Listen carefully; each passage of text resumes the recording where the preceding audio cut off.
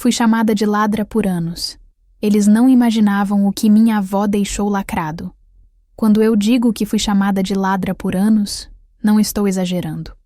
Não foi um apelido sussurrado num canto, nem uma suspeita vaga que morreu com o tempo. Foi uma sentença repetida, afirmada, distribuída com cuidado. Meus próprios pais fizeram questão de contar a todos os empregadores da cidade que eu não era confiável, que eu pegava o que não era meu, que eu precisava ser vigiada. Eu descobri isso aos poucos, porque ninguém diz esse tipo de coisa olhando nos seus olhos. As portas simplesmente deixam de se abrir. As entrevistas não avançam. As respostas não chegam. 2 anos se passaram assim, com currículos enviados, ligações não retornadas e aquele silêncio educado que, com o tempo, vira humilhação. Eu morava sozinha, num apartamento pequeno demais para o peso que eu carregava. Todas as manhãs, eu me vestia como quem ainda acredita que esforço conta. E todas as noites, eu voltava com a sensação de estar pedindo algo que não me pertencia. Quando confrontei meu pai, foi numa dessas noites. Eu estava cansada demais para medir palavras. Perguntei por que ninguém me contratava, porque até vagas simples pareciam fora do meu alcance. Ele nem levantou os olhos do prato. Disse que talvez agora eu aprendesse a respeitá-los. Foi essa a frase exata. Talvez agora você aprenda a nos respeitar. Não houve grito, não houve briga. Só aquela calma gelada de quem acredita estar ensinando uma lição necessária. A história oficial era antiga. Tinha começado quando eu ainda morava com eles. Um dinheiro que sumiu. Um envelope que ninguém mais viu. Uma acusação feita sem prova, repetida tantas vezes que virou verdade. Eu neguei desde o início. Minha mãe chorou como se estivesse de luto. Meu pai fechou o rosto e decidiu que eu precisava pagar. Não houve investigação, conversa, chance de defesa. Houve apenas a exclusão. E quando eu saí de casa, achei que o pior tinha ficado para trás. Não tinha. Eles levaram a versão deles comigo. Espalharam como aviso, como proteção à cidade contra mim. Minha avó foi a única que nunca me tratou diferente. Ela morava a 3 ruas da casa dos meus pais, numa casa antiga que cheirava a chá e madeira. Eu ia lá aos domingos, mesmo depois de sair de casa. Ela me observava em silêncio, como se estivesse guardando algo. Às vezes, segurava minha mão por mais tempo do que o necessário. Outras vezes, me fazia repetir histórias da semana, como se estivesse memorizando detalhes. Quando ela morreu, 15 anos atrás, eu ainda era jovem demais para entender o peso das ausências. Fiquei com uma caixa pequena de fotografias e um broche antigo. Nada mais. Meus pais resolveram o resto. Eu não questionei. Naquela época, eu ainda achava que questionar era perigoso. Na semana passada, depois de 2 anos sem conseguir emprego, fui chamada para uma entrevista. Uma empresa grande, conhecida, daquelas que a gente não cria expectativa para não se decepcionar. Mesmo assim, eu passei a noite acordada. Separei a roupa com cuidado. Revisei respostas óbvias. Cheguei cedo demais e esperei olhando para a parede, controlando a respiração. Quando me chamaram, entrei numa sala ampla, com uma mesa de madeira escura e janelas altas. O CEO entrou logo depois. Não me cumprimentou de imediato. Olhou para mim como quem confere algo antigo, guardado na memória. Antes de começarmos, ele disse: "Preciso te entregar isto." Sua avó deixou com instruções rigorosas. Ele tirou da pasta um envelope amarelado, lacrado, com meu nome escrito à mão. Reconheci a letra na mesma hora. A data estava ali, clara, 15 anos atrás. Minhas mãos tremeram quando peguei o envelope. O lacre estava intacto. Ninguém tinha aberto. Ninguém tinha lido. O silêncio da sala ficou pesado, como se aquele papel ocupasse mais espaço do que o corpo de nós 2 juntos. Eu não abri o envelope ali. Não consegui. Pedi um momento. Ele assentiu, como se esperasse por isso. Disse apenas que havia cumprido o pedido dela. Que agora, o que viesse depois, não dependia mais dele. Saí da sala com o envelope pressionado contra o peito, sentindo algo que eu não sentia havia anos. Não era esperança. Era outra coisa. Algo mais firme. Como se pela primeira vez alguém tivesse deixado uma verdade esperando por mim intacta, apesar de tudo. No caminho para casa, eu pensei nos meus pais. Pensei na frase do meu pai, dita como sentença. Pensei em quantas vezes eu me encolhi para caber numa culpa que não era minha. O envelope pesava mais a cada passo. Não por medo do que havia dentro, mas pela certeza de que, qualquer que fosse o conteúdo, ele tinha sobrevivido ao tempo, ao silêncio e à narrativa que me impuseram. E isso, por si só, já dizia muito. Cheguei em casa sem acender a luz. Coloquei a bolsa no chão, sentei no sofá e fiquei alguns minutos olhando para o envelope, como se ele pudesse se abrir sozinho. O lacre ainda estava firme, um daqueles de cera clara que minha avó usava para tudo o que considerava sério demais para ser tratado com descuido. Aquilo não era comum, nem naquela época. Ela sempre foi meticulosa com documentos, cartas, papéis que envolviam decisões importantes. Ver aquele lacre intacto depois de tantos anos me fez perceber o quanto ela tinha pensado naquele momento, mesmo sem saber quando ele chegaria. Abri com cuidado, como se pudesse quebrar algo invisível. Dentro, havia mais do que uma carta. Havia papéis dobrados com precisão, uma cópia de um documento antigo e um bilhete separado, menor, com meu nome escrito novamente, dessa vez acompanhado de um "Leia por último". Ignorei a instrução por alguns segundos, apenas para sentir que ainda tinha controle sobre algo. Depois obedeci. Sempre obedeci minha avó, mesmo depois de morta. A primeira folha era uma carta longa, escrita à mão, com aquela letra firme que eu conhecia tão bem. Ela começava dizendo que esperava que eu estivesse lendo aquilo no momento em que finalmente precisasse. Não dizia se, dizia quando. Falava que o silêncio, às vezes, era a única proteção possível, mas que a verdade precisava de um guardião paciente. Ela escrevia sobre observar coisas sem interferir, sobre perceber padrões que os outros fingiam não ver. Não mencionava meus pais diretamente no início. Falava de família como quem fala de uma estrutura frágil, sustentada mais por conveniência do que por afeto. À medida que eu lia, senti algo apertar no peito. Não era surpresa, era reconhecimento. Ela descrevia a casa, as dinâmicas, os olhares que se desviavam rápido demais quando certos assuntos surgiam. Falava do favoritismo sem usar essa palavra, mas deixando claro quem era protegido e quem era responsabilizado. Dizia que eu sempre fui escolhida para carregar o peso das coisas que não deram certo, porque eu não reagia como eles esperavam. Porque eu aguentava. Ler aquilo foi como ouvir alguém finalmente narrar a minha vida sem distorções. Entre as folhas, havia um documento datado do mesmo período em que a acusação contra mim começou. Um registro bancário. Não era uma cópia simples.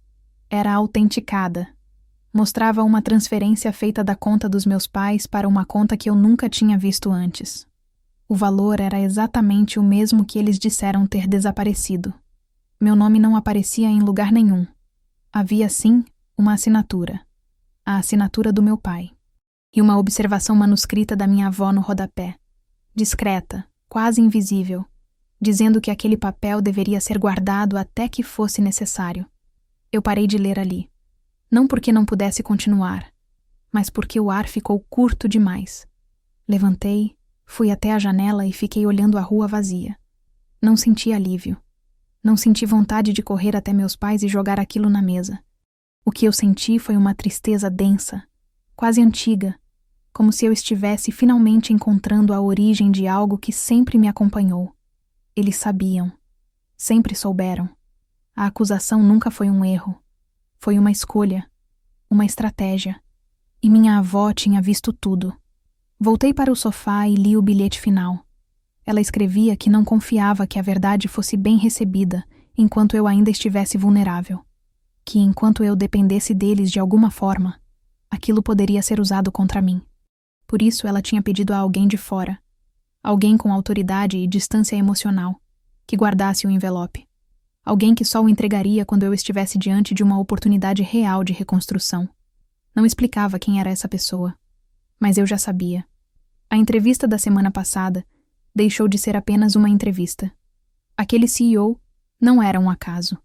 Ele fazia parte de algo que minha avó tinha organizado em silêncio, prevendo que eu precisaria mais de provas do que de palavras. Ela não me defendeu em vida do jeito óbvio. Não confrontou meus pais, não me expôs a mais conflito. Ela fez algo mais difícil. Ela esperou. E me deixou algo que ninguém poderia contestar quando chegasse a hora. Passei a noite sem dormir, relendo cada linha, cada número, cada detalhe. Pela primeira vez em anos, minha memória começou a se reorganizar. Momentos que antes pareciam confusos ganharam contorno. Frases soltas dos meus pais passaram a fazer sentido. O tom de advertência, a necessidade de controle, o prazer silencioso em me ver limitada. Tudo se encaixava. E ainda assim, eu não sabia o que fazer com aquilo. Ter a verdade nas mãos não significava saber como usá-la. Não ainda. Na manhã seguinte, recebi um e-mail da empresa. Não falava sobre contratação. Pedia que eu retornasse para uma segunda conversa, pessoalmente. O CEO queria falar comigo novamente. Eu fechei o notebook devagar. O envelope estava sobre a mesa, aberto agora, mas não esvaziado.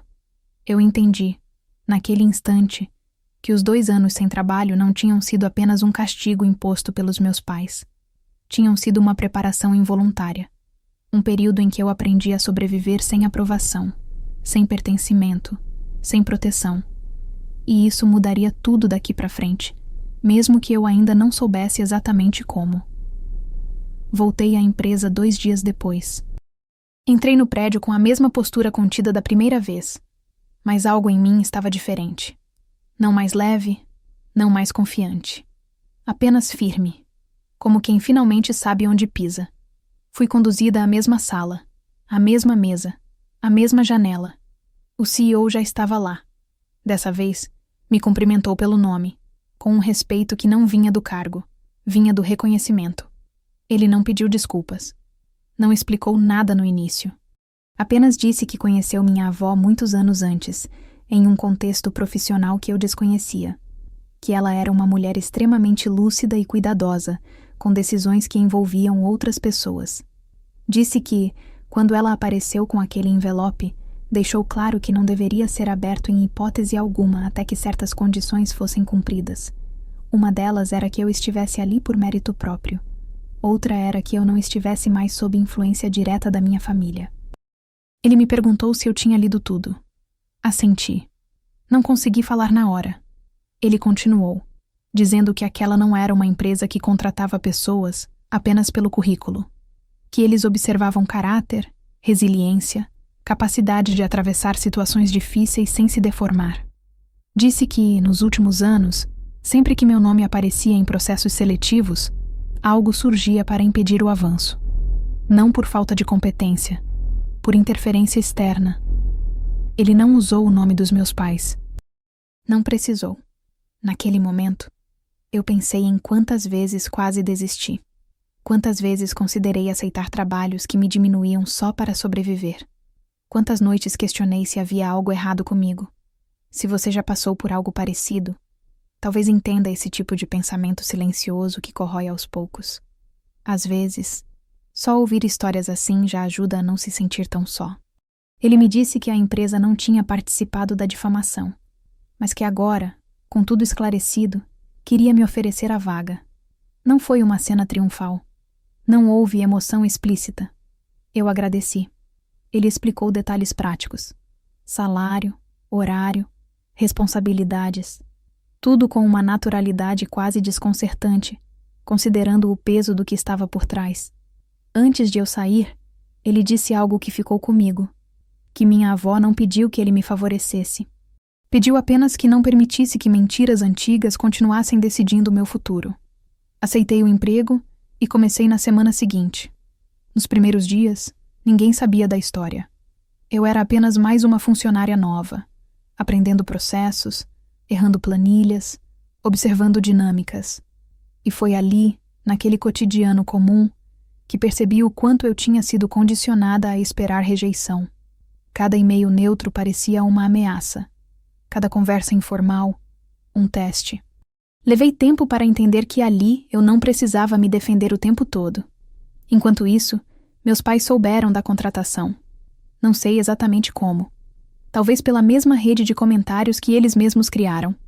Meu pai ligou. Falou como se nada tivesse acontecido. Disse que tinha ouvido falar da empresa, que era um bom lugar, que esperava que eu não fizesse nada que os envergonhasse. Eu ouvi em silêncio. Não discuti. Não confrontei. Ainda não. Desliguei com educação. Ele ficou desconcertado com a minha calma. Eu senti isso pela pausa antes do adeus. Naquela noite, reli novamente a carta da minha avó. Havia um trecho que eu não tinha entendido completamente antes. Ela dizia que a verdade não precisa ser anunciada em voz alta para ser eficaz. Que, às vezes, basta que ela esteja posicionada corretamente. Comecei a entender que não era minha função corrigir a imagem que meus pais espalharam.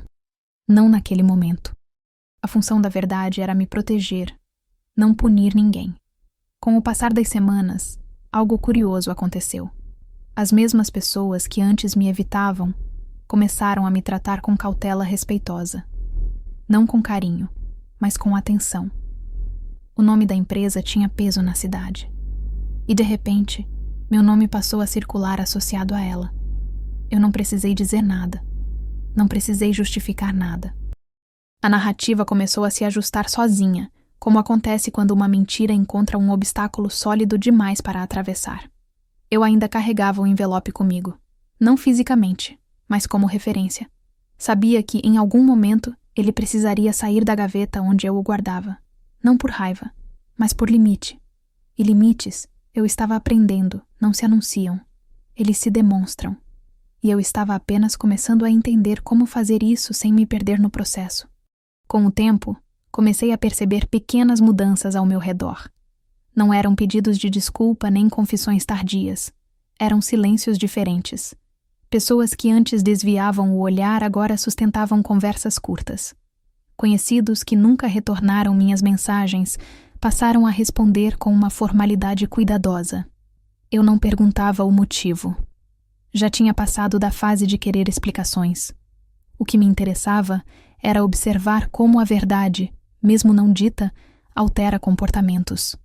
No trabalho, fui ganhando espaço de forma lenta e consistente. Nada espetacular. Apenas confiança construída no dia a dia. Entregas feitas, erros corrigidos, postura mantida. Em reuniões, comecei a ser ouvida. Não por pena, não por história pessoal, mas porque minhas análises faziam sentido. Aquilo me ensinou algo que eu não tinha aprendido em casa.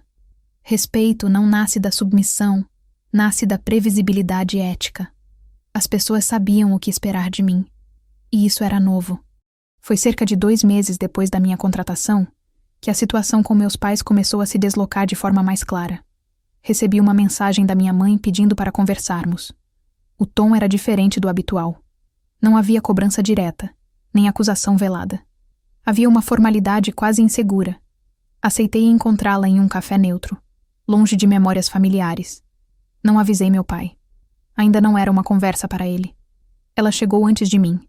Estava sentada com a bolsa no colo, postura rígida. Quando me viu, sorriu rápido demais. Perguntou do trabalho, comentou sobre o clima, evitou qualquer assunto relevante por alguns minutos. Até que, sem olhar diretamente para mim, disse que algumas pessoas tinham feito perguntas. Perguntas antigas. Disse que estava difícil administrar certas versões. Eu ouvi em silêncio, mexendo lentamente a colher na xícara. Quando ela finalmente perguntou se havia algo que eu quisesse contar, percebi que aquele era o momento que minha avó tinha previsto. Não para revelar tudo, mas para escolher. Respirei fundo e disse apenas que havia coisas que eu sabia há muito tempo, mesmo sem provas, que agora eu tinha mais clareza, e que não pretendia mais carregar culpas que não eram minhas. Não mencionei documentos. Não citei o envelope. Não falei da transferência. Disse apenas que não aceitaria mais ser tratada como alguém suspeita. Ela empalideceu. Não negou. Não confirmou. Apenas assentiu, como quem reconhece um terreno instável. Disse que meu pai ficaria muito incomodado se soubesse que certas coisas estavam vindo à tona. Aquela frase foi reveladora. Não era medo de mentira ser desmentida. Era medo de controle ser perdido. Paguei o café e me despedi com educação. Saí com o coração acelerado, mas sem culpa. Naquela noite, pensei muito na diferença entre justiça e vingança. Eu não queria expor meus pais publicamente. Não queria humilhá-los nem vê-los envergonhados. Eu queria algo mais simples e mais difícil. Distância emocional e integridade preservada. O envelope continuava guardado. Não como ameaça, mas como âncora. Ele me lembrava que eu não precisava provar nada para sobreviver. Eu já tinha sobrevivido. Algumas semanas depois, meu pai apareceu no meu trabalho. Não avisou. Pediu para falar comigo na recepção. O segurança me ligou antes de autorizar a entrada. Aquilo por si só já dizia muito. Encontrei meu pai na sala reservada para visitantes. Ele parecia menor ali. Não fisicamente, mas fora do território onde sempre mandou. Falou rápido. Disse que tinha ouvido rumores, que certas pessoas estavam revisitando histórias, que isso podia ser ruim para todos. Perguntou de forma indireta se eu estava envolvida. Olhei para ele e, pela primeira vez, não senti vontade de me explicar. Disse apenas que minha vida profissional não era mais assunto de família, que qualquer coisa que viesse à tona não teria sido criada por mim, mas sustentada por eles ao longo dos anos. Ele tentou argumentar. Usou a palavra respeito novamente. Eu respondi, com a mesma calma, que respeito não se exige com medo, se constrói com verdade. Ele saiu sem dizer adeus. Depois disso, não houve mais confrontos diretos. Houve distância. E a distância, eu aprendi, também é uma forma de resposta. Continuei trabalhando, vivendo, organizando minhas finanças, minha rotina, meu corpo cansado que aos poucos começou a relaxar. Às vezes, ainda doía lembrar dos anos em que fui chamada de ladra. Mas agora a dor tinha contexto. E contexto transforma ferida em cicatriz. Eu ainda não sei se um dia vou abrir aquele envelope na frente deles. Talvez nunca seja necessário. Minha avó sabia o que fazia.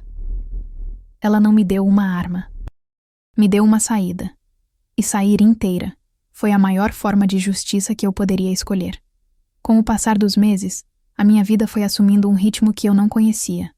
Um ritmo sem sobressaltos constantes, sem a sensação de que algo podia ser arrancado de mim a qualquer momento. Eu chegava em casa cansada, sim, mas não esgotada por me defender o dia inteiro. Cozinhava coisas simples, organizava a semana, dormia melhor. Pequenas normalidades que, para mim, tinham um valor quase terapêutico. O envelope continuava guardado na gaveta mais funda do armário. Às vezes, eu o pegava só para confirmar que ainda estava ali. Não por medo de perder, mas por necessidade de lembrar que eu tinha um chão. A verdade não me apressava. Ela parecia confortável esperando. E isso me ensinou algo importante. Eu não precisava correr para corrigir a injustiça, porque a injustiça já não comandava mais a minha vida. No trabalho, comecei a assumir responsabilidades maiores. Nada que viesse como presente. Tudo era fruto de observação, consistência, confiança construída. Meu nome passou a ser associado a soluções, não a problemas. Em reuniões externas, percebia olhares curiosos quando eu me apresentava. Alguns sabiam quem eram meus pais. Alguns tinham ouvido histórias antigas. Mas agora havia uma dissonância visível entre o que tinham ouvido e o que viam. Eu não precisava dizer nada. A diferença falava por mim. Foi nesse período que recebi uma ligação inesperada. Não dos meus pais. De um antigo empregador, de anos atrás, alguém que tinha me dispensado sem explicação depois de uma conversa informal. Ele falou com um cuidado exagerado, como quem pisa em terreno minado. Disse que queria limpar um mal-entendido, que tinha recebido informações equivocadas no passado. Não pediu desculpas diretamente. Falou em reconstruir pontes. Eu ouvi com atenção e agradeci o contato. Disse que, no momento, estava bem onde estava. E estava. Depois dessa ligação, outras vieram. Sempre com o mesmo tom, cautela, tentativa de reaproximação, revisão silenciosa de uma narrativa antiga. Nenhuma delas me trouxe satisfação. O que me trouxe paz foi perceber que eu não sentia mais a necessidade de ser aceita por essas versões atrasadas de mim. Elas tinham perdido o tempo. Em casa, a distância com meus pais se manteve. Minha mãe mandava mensagens ocasionais. quase sempre práticas demais para serem afetuosas. Meu pai permaneceu em silêncio. Um silêncio diferente do anterior. Não era punição, era recuo. E eu entendi que aquele silêncio era o limite que eu tinha imposto sem anunciar, apenas existindo fora do alcance deles. Às vezes, me perguntava se minha avó teria feito algo diferente se estivesse viva, se teria confrontado, exposto, exigido reparação. Mas lembrando do cuidado dela, eu sabia que não. Ela acreditava em consequências naturais, não em confrontos barulhentos. Acreditava que algumas verdades precisam de tempo para se tornarem incontornáveis. E eu estava vivendo exatamente isso. Se você que está ouvindo já passou por uma injustiça longa, daquelas que moldam a forma como você se vê, talvez entenda o quanto é estranho reaprender a confiar em si mesma. Eu ainda tinha dias difíceis. Dias em que a velha culpa tentava voltar. Dias em que a palavra ladra surgia na memória sem aviso. Mas agora ela não encontrava mais onde se fixar. Não havia mais espaço. Eu segui em frente não porque tudo foi resolvido, mas porque eu deixei de esperar que fosse. E essa foi, talvez, a mudança mais profunda de todas. Houve um momento específico em que eu percebi que algo tinha mudado de forma definitiva. Não foi numa grande conquista, nem numa conversa decisiva. Foi num dia comum, quase insignificante. Eu estava no mercado, escolhendo frutas, quando encontrei uma antiga conhecida da família. Ela me cumprimentou com aquele sorriso estudado, fez um comentário sobre o trabalho, elogiou a empresa onde eu estava. No meio da conversa, hesitou. Eu vi o instante exato em que ela decidiu não dizer algo. Aquilo me atingiu de um jeito estranho. Pela primeira vez, alguém escolheu o silêncio não para me excluir, mas para não me ferir. Voltei para casa pensando nisso. Durante anos, o silêncio tinha sido uma arma contra mim. Agora, ele começava a assumir outra função. Não era mais uma negação da minha existência, mas um sinal de que certas pessoas já não se sentiam autorizadas a repetir versões antigas. Eu não comemorei, apenas registrei. Aprendi a observar essas mudanças como quem observa o clima, sem tentar controlar, apenas entendendo os sinais. No trabalho, fui convidada a participar de um projeto maior com exposição externa. Aceitei sem entusiasmo exagerado. Fiz o que sabia fazer. Em uma das reuniões, percebi que um dos parceiros conhecia meu pai. Houve um breve comentário, um sobrenome mencionado com curiosidade. Eu mantive a postura neutra. Não me apressei em explicar nada. E, surpreendentemente, o assunto morreu ali. O foco voltou para o projeto. Aquilo foi mais poderoso do que qualquer defesa verbal que eu pudesse ter feito. À noite, sozinha em casa, pensei no quanto eu tinha sido treinada para me justificar, para antecipar ataques que nem sempre vinham, para explicar minhas intenções antes mesmo de agir. Aos poucos, eu estava desaprendendo isso. E desaprender, descobri, também exige esforço. Às vezes, mais do que aprender. O envelope ainda estava lá. Eu sabia exatamente onde. Não o escondia de mim mesma, mas também não o colocava em destaque. Ele fazia parte da minha vida como uma verdade calma, não como uma ameaça. Eu não precisava lembrar dele todos os dias. Bastava saber que existia, que, se necessário, eu não estaria desarmada. Minha avó tinha me dado isso. Não uma revanche, mas uma segurança interna que eu nunca tinha tido. Recebi uma mensagem da minha mãe numa tarde de sexta-feira. Ela dizia que queria organizar algumas coisas, que talvez fosse bom conversarmos com mais calma algum dia. Li, deixei a mensagem ali por horas. Respondi apenas dizendo que, no momento, eu precisava manter as coisas como estavam. Não houve discussão, não houve insistência. Aquilo por si só já era uma mudança radical em relação ao passado. Comecei a perceber que o que mais incomodava meus pais não era a possibilidade de a verdade vir à tona, mas o fato de ela já não me controlar. Eles tinham construído uma narrativa para me manter pequena, dependente, vulnerável. Quando isso deixou de funcionar, tudo perdeu o sentido, e eu não precisei apontar isso. Bastou não reagir como antes. Se histórias como essa fazem sentido para você, Se em algum momento você já se sentiu injustamente rotulada e silenciada, acompanhar esse tipo de relato ajuda a lembrar que nem toda resposta precisa ser imediata. Às vezes, resistir é permanecer inteira tempo suficiente para que o cenário mude sozinho. Eu ainda não sabia como essa história terminaria. Não em detalhes. Mas sabia, com uma clareza que nunca tive antes, que ela não terminaria com eu pedindo desculpas por algo que não fiz. E essa certeza silenciosa passou a guiar minhas decisões, pequenas e grandes, dia após dia. Algum tempo depois, recebi uma notícia que me fez parar no meio da cozinha, com a xícara suspensa no ar. Um colega de trabalho comentou de forma casual que uma auditoria externa estava sendo feita em algumas empresas menores da cidade, envolvendo movimentações antigas, parcerias familiares, coisas assim. Ele não citou nomes. Não precisou. Eu senti um frio breve na nuca. Não de medo, mas de reconhecimento. Era como se uma engrenagem distante tivesse começado a girar, independente de mim. Nos dias seguintes, percebi a inquietação crescer ao redor dos meus pais. Não diretamente. Não comigo. Chegava por terceiros, por frases soltas, por comentários atravessados que eu ouvia quando cruzava com alguém conhecido. Meu pai estava mais recluso. Minha mãe, mais ansiosa. Não me procuraram para acusar, nem para pedir ajuda. E isso confirmou algo importante. Eles sabiam que não tinham mais esse direito. Eu segui minha rotina. Acordava cedo, trabalhava, voltava para casa, cuidava da minha vida como quem finalmente tem permissão interna para existir. Às vezes, pensava na possibilidade de tudo aquilo vir à tona oficialmente. Não como desejo, mas como hipótese, e percebia que mesmo assim eu estava preparada. Não porque queria confronto, mas porque não havia mais nada a esconder. O envelope não era mais um segredo pesado. Era apenas um documento aguardando o contexto certo. Foi numa tarde chuvosa que recebi uma ligação do CEO.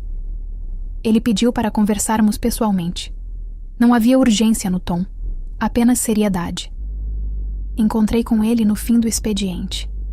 Ele foi direto. Disse que algumas informações antigas tinham sido solicitadas, que o nome da minha avó tinha surgido em registros antigos, como alguém que alertou sobre práticas financeiras questionáveis na época. Disse que, em breve, talvez fosse necessário apresentar certos documentos como parte de um esclarecimento maior. Ele me perguntou se eu estava preparada para isso. Não para expor ninguém, mas para sustentar a verdade se fosse chamada. Respirei fundo antes de responder. Disse que sim. Não porque eu estivesse ansiosa por esse momento, mas porque não pretendia mais me esconder para proteger uma mentira que nunca foi minha. Ele assentiu, como quem já esperava aquela resposta. Naquela noite, tirei o envelope da gaveta e o coloquei sobre a mesa. Pela primeira vez, não como âncora silenciosa, mas como algo que talvez precisasse cumprir sua última função. Pensei na minha avó, na paciência dela, na forma como ela entendeu, muito antes de mim, que a verdade não corre atrás de ninguém. Ela espera ser necessária. Não dormi mal. Também não dormi profundamente. Fiquei naquele estado intermediário, onde pensamentos passam sem me arrastar. Pela manhã, senti uma calma estranha. Não havia expectativa. Não havia medo. Havia apenas a sensação de que eu tinha feito tudo o que podia para viver de forma íntegra até ali. Se meus pais seriam confrontados, não seria por mim. Se versões cairiam, cairiam pelo próprio peso. Eu não precisava estar no centro disso. Minha parte já estava feita há muito tempo. Sobreviver sem me tornar aquilo que disseram que eu era. E pela primeira vez desde que fui chamada de ladra, eu entendi algo com absoluta clareza. Não foi vingança. Nunca foi. Foi sobrevivência. Os dias que se seguiram foram estranhamente silenciosos. Não aquele silêncio opressor que eu conhecia bem, cheio de expectativa e ameaça. Era um silêncio administrativo, quase burocrático. Pessoas esperando respostas, processos seguindo seus ritos, decisões sendo tomadas longe de mim. Eu continuava indo ao trabalho, cumprindo prazos, participando de reuniões. Por fora, nada mudava. Por dentro, Eu sentia uma atenção diferente, como se estivesse caminhando por um terreno que finalmente reconhecia. Recebi uma mensagem curta do CEO, informando que, em breve, talvez precisassem de uma cópia dos documentos que estavam comigo. Não havia urgência. Não havia pressão. Apenas transparência. Respondi que estava à disposição. Depois disso, desliguei o telefone e fiquei alguns minutos olhando para a parede da sala. Pensei no quanto, anos atrás, qualquer pedido assim teria me feito entrar em pânico. Agora, não. Eu tinha aprendido a diferenciar risco real de medo aprendido. Alguns conhecidos começaram a se afastar dos meus pais de forma sutil. Nada declarado. Convites que deixaram de existir. Conversas interrompidas quando eles se aproximavam. A cidade pequena sempre foi eficiente em absorver mudanças sem alarde. Eu observava tudo à distância. Sem prazer. Sem culpa. Não era justiça poética. Era apenas consequência. Minha mãe me ligou uma noite. A voz estava diferente, menos firme, mais cuidadosa. Perguntou se eu estava bem, se precisava de alguma coisa. Respondi que estava bem. Ela hesitou, como se quisesse dizer algo mais. Não disse. O silêncio que se seguiu não foi agressivo. Foi frágil. Pela primeira vez, senti que ela percebia que não tinha mais controle sobre a narrativa. E isso a desorientava. Eu não a consolei. Também não a ataquei. Apenas mantive a conversa no presente, no concreto. Falei do trabalho, do cansaço, de coisas simples. Quando desligamos, senti uma tristeza contida, mas necessária. Algumas relações não se rompem com gritos. Elas se dissolvem quando a desigualdade deixa de ser aceita. No trabalho, fui informada de que participaria de uma reunião externa importante. Meu nome estava sendo associado a projetos estratégicos. Aquilo não era um prêmio. Era responsabilidade. E eu aceitei com a seriedade de quem sabe o quanto custou chegar ali. Durante a reunião, em meio a dados e projeções, percebi algo que me marcou profundamente. Eu não estava pensando em como era vista. Estava concentrada no que fazia. Esse deslocamento interno foi uma vitória silenciosa que ninguém aplaudiu, mas que mudou tudo. À noite em casa, abri novamente a carta da minha avó. Li trechos que antes tinham passado despercebidos. Ela falava sobre dignidade como algo que não depende de reconhecimento externo. Falava sobre esperar o tempo certo não como estratégia, mas como respeito por si mesma. Eu entendi que ela não tinha me preparado para um confronto. Tinha me preparado para a autonomia. Se você já viveu anos sendo definida por uma mentira, talvez saiba como é difícil parar de reagir a ela. Eu ainda tinha reflexos antigos. Ainda me pegava justificando escolhas simples. Mas agora eu percebia esses movimentos e os interrompia com gentileza. Não era um processo rápido. Era consistente. O envelope continuava sobre a mesa, agora dentro de uma pasta simples. Não precisava mais ficar escondido. Ele fazia parte do fluxo natural das coisas. Se fosse usado, seria. Se não, também estaria cumprida a sua função. Minha avó tinha confiado em algo maior do que um desfecho específico. Ela confiou no tempo. E pela primeira vez, eu também. A confirmação veio de forma discreta, como quase tudo naquela história. Um e-mail curto, enviado no meio da manhã, pedindo que eu estivesse disponível na semana seguinte para prestar um esclarecimento formal, caso fosse necessário. Não havia acusação, nem drama. Apenas procedimento. Fechei o computador e fui até a janela do escritório. Respirei fundo. Eu sabia que aquele momento chegaria desde o dia em que recebi o envelope. Mas ainda assim, senti o peso exato do que ele representava. Naquela noite, sentei à mesa com os documentos espalhados à minha frente. Não para reler tudo, mas para organizar. Cada papel tinha uma função. Cada data, um contexto. Percebi que minha avó tinha pensado em tudo com uma precisão quase clínica. Nada ali era emocional demais. Era sólido, irrefutável. E, curiosamente, isso me trouxe uma paz inesperada. Não havia espaço para interpretação. Apenas fatos. Enquanto isso, a cidade continuava se rearranjando ao meu redor. Não de forma dramática, mas perceptível para quem soubesse observar. O nome dos meus pais passou a ser citado com mais cautela. Pessoas que antes os defendiam agora usavam frases vagas, evitavam tomar partido. Não porque tinham descoberto toda a verdade, mas porque sentiram que algo tinha mudado de eixo. E quando o eixo muda, ninguém quer ficar do lado que vai ceder. Meu pai tentou me ligar 2 vezes naquela semana. Não atendi. Não por raiva, por clareza. Eu sabia que qualquer conversa naquele momento seria uma tentativa de recuperar controle, não de reparar. E eu não devia mais esse espaço a ele. Minha mãe mandou uma mensagem curta, perguntando se eu estava envolvida em alguma coisa. Respondi apenas que estava cuidando da minha vida. Não era evasão. Era a resposta mais honesta que eu podia dar. O dia do esclarecimento chegou. Fui acompanhada por um representante da empresa, mas a maior parte da conversa foi direta comigo.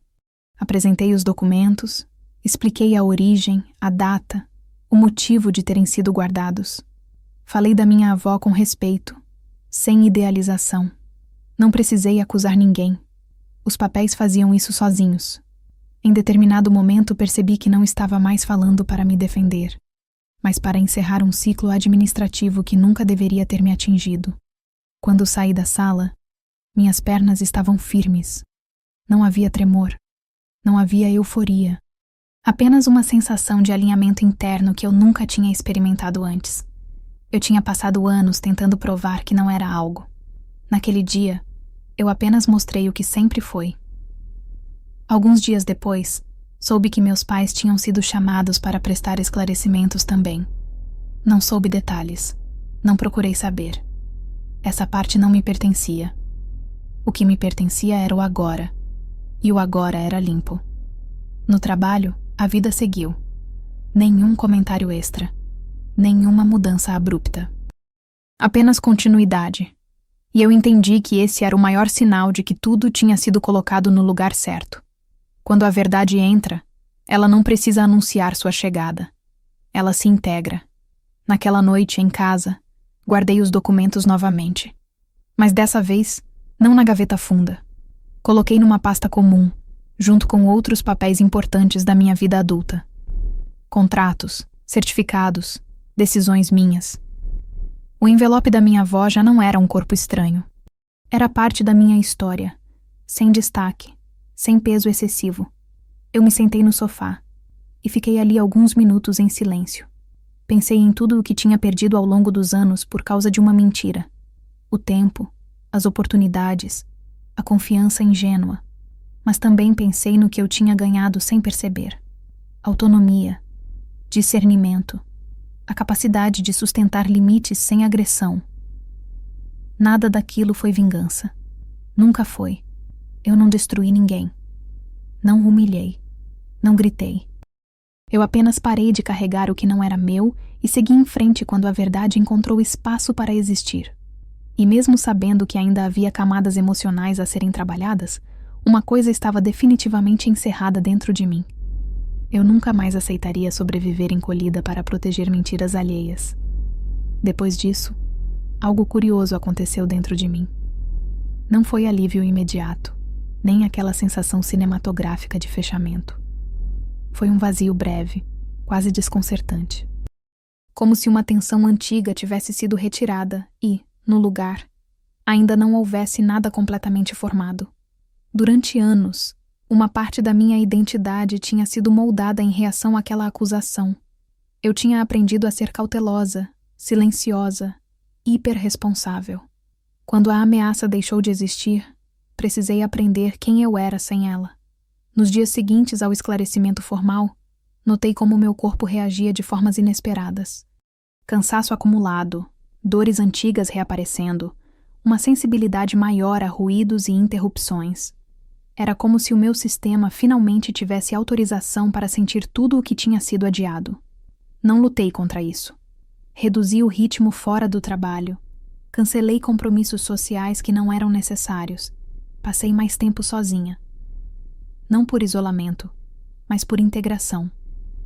No trabalho, a postura das pessoas comigo se manteve respeitosa, talvez até mais atenta. Não porque soubessem dos detalhes, mas porque eu também tinha mudado. Eu falava com mais clareza, colocava limites com naturalidade, não pedia desculpas por ocupar espaço. Pequenos gestos, quase imperceptíveis, mas que alteram a forma como somos tratados. Eu não precisava mais ser impecável para merecer confiança. Bastava ser consistente. Meus pais desapareceram da minha rotina de forma quase total. Não houve anúncio nem decisão formal. Apenas deixaram de fazer parte.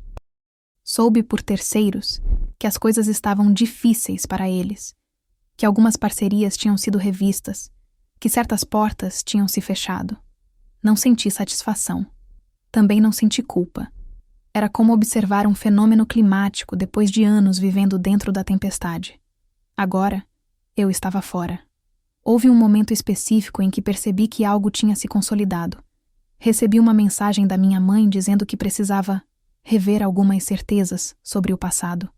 Não pedia perdão. Não assumia nada. Mas era a primeira vez que ela não falava a partir de uma posição de certeza absoluta. Li, respirei e respondi apenas desejando que ela encontrasse clareza. Não ofereci conversa. Não ofereci explicações. Eu não devia mais esse papel. Às vezes, eu pensava em como teria sido minha vida se aquela acusação nunca tivesse existido. Se eu tivesse seguido um caminho mais direto, menos tortuoso. Mas esse tipo de pensamento já não me prendia. Eu entendia que essa pergunta não buscava resposta, apenas reconhecimento da perda. E reconhecer a perda não significa ficar presa a ela. O mais surpreendente foi perceber que eu já não sentia vontade de contar essa história. Não como defesa, não como justificativa. Ela tinha cumprido sua função dentro de mim. Agora, eu podia escolher quando e com quem compartilhá-la. E essa escolha era nova. Durante muito tempo, a história tinha sido usada contra mim. Agora, ela me pertencia. O envelope da minha avó continuava guardado, agora sem o peso simbólico que teve por tantos anos. Às vezes, eu tocava nele com um tipo de gratidão silenciosa. Não apenas pelo que continha, mas pelo que representava. Alguém que acreditou em mim quando eu ainda não conseguia fazer isso plenamente. Alguém que entendeu que justiça nem sempre é barulho. Às vezes, é estrutura. Eu ainda estava no meio do processo. Não de provar nada, mas de reorganizar minha vida sem o eixo da injustiça. E, apesar de todo o cansaço, eu sentia algo novo se formando com calma. Não euforia, não revanche. Algo mais sólido. Uma vida que já não precisava reagir ao passado para continuar. Com o tempo, comecei a notar algo que antes parecia impossível. O passado já não surgia automaticamente em todas as decisões. Antes, qualquer escolha vinha acompanhada de uma pergunta silenciosa. Isso vai ser usado contra mim? Agora, essa pergunta aparecia cada vez menos. E quando aparecia, eu conseguia reconhecê-la como um reflexo antigo, não como um aviso real. Passei a cuidar de coisas que sempre ficaram em segundo plano. Marquei consultas adiadas, organizei documentos, ajustei hábitos simples. Nada disso parecia heróico, mas era profundamente reparador. Era como se eu estivesse dizendo ao meu próprio corpo que o perigo tinha passado, mesmo que ele ainda não acreditasse totalmente. Eu respeitava esse tempo. Não forcei confiança. Deixei que ela se construísse no ritmo possível. No trabalho, uma nova pessoa entrou na equipe. Jovem, insegura, tentando provar valor o tempo todo. Em uma conversa casual, ela comentou que tinha medo de errar porque já tinha sido mal falada em outro lugar. Aquela frase me atravessou com delicadeza. Eu não contei minha história. Não fiz discurso. Apenas disse que reputações injustas não resistem à consistência quando alguém tem espaço para trabalhar em paz. Ela sorriu aliviada. Foi a primeira vez que percebi que minha experiência podia servir sem me expor. Houve também um convite inesperado para um evento profissional na cidade. Um daqueles encontros em que todos se conhecem, direta ou indiretamente. Pensei em recusar. Não por medo, mas por cansaço. Acabei indo. Caminhei pelo salão com tranquilidade, cumprimentei quem se aproximou, mantive conversas objetivas. Em determinado momento, cruzei com alguém que, anos antes, tinha sido abertamente hostil comigo. Ele hesitou. Me cumprimentou com respeito. Comentou algo genérico sobre trabalho. Eu respondi no mesmo tom. Aquilo foi suficiente. Não precisei mais do que isso. Voltei para casa naquela noite com uma sensação curiosa de encerramento prático. Não emocional, não simbólico. Prático. Como quando você fecha uma porta que ficou aberta tempo demais e percebe que o vento para de entrar. Não há aplauso. Há conforto. Meus pais continuaram fora do meu cotidiano. Às vezes eu pensava se um dia haveria uma conversa definitiva, mas entendi que nem toda história precisa de um confronto final para se encerrar. Algumas se encerram quando deixam de ditar o presente, e isso já tinha acontecido. Se você que está acompanhando essa história sente que carrega uma injustiça antiga, talvez entenda o quanto é tentador esperar por um momento grandioso de reparação. Eu também esperei, por muito tempo.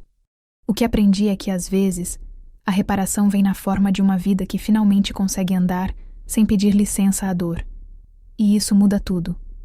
Eu segui vivendo, trabalhando, fazendo planos simples, possíveis, e aos poucos percebi que a palavra que tinham usado para me ferir já não tinha lugar na minha identidade. Ela virou apenas um registro do que tentaram fazer comigo, não do que conseguiram. E foi nesse ponto, sem anúncio, sem cerimônia, que eu soube.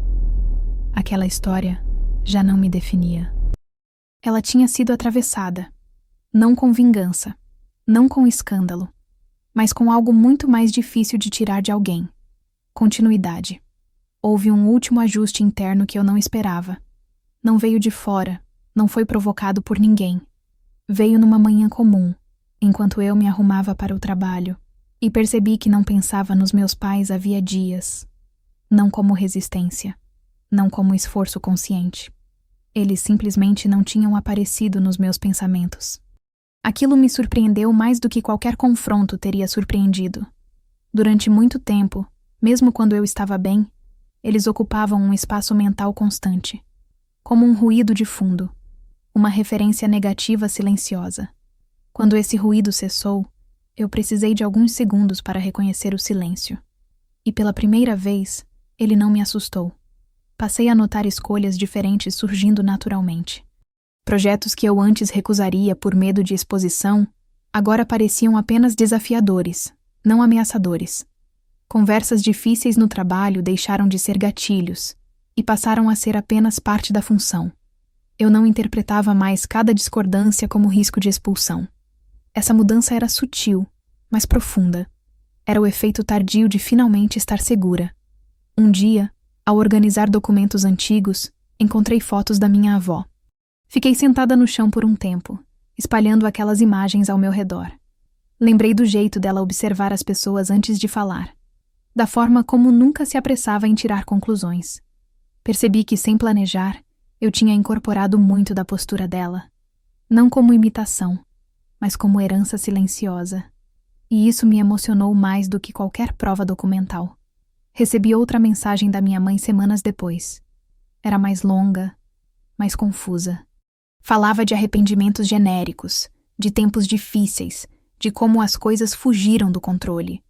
Não mencionava meu nome diretamente em relação ao que aconteceu. Não pedia desculpas. Eu li com atenção e não respondi.